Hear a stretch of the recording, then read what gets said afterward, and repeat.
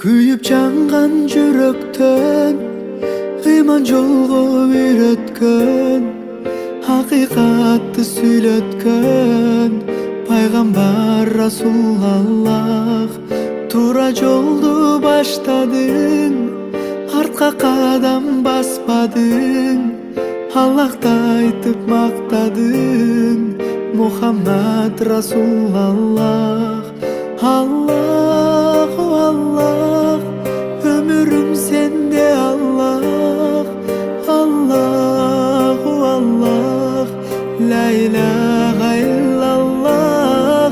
Allahu Allah, merimin çeksiz Allah. Allahu Allah, Rabbim Allah. Salamım sağa ya Resulallah, жүзүң бурмага ya Resulallah. Tilегим сен, тирегим сен, үмүтүм сенде ya Resulallah. Саламым сага ya Resulallah, жүзүң бурмага ya Resulallah. Tilегим сен, тирегим сен, үмүтүм сенде ya Resulallah.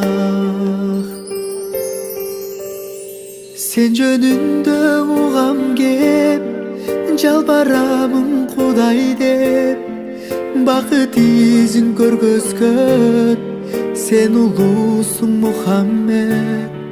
Ак жолуңду бузам деп, жулунганга ызам көп, ойлоп жатып өзүңдү түш көрөйүн Мухаммед. Allahu Allah, merimin çeksiz Allah. Allahu Allah, la ilahe illallah. Allahu Allah, merimin çeksiz Allah. Allahu Allah, Rabbim Allah. Salamım sağa ya Resulallah, жүзүң бурмага ya Resulallah. Tilегим сен, тирегим сен, үмүтүм сенде ya Resulallah. Саламым сага ya Resulallah, жүзүң бурмага ya Resulallah. Tilегим сен, тирегим сен, үмүтүм сенде ya Resulallah.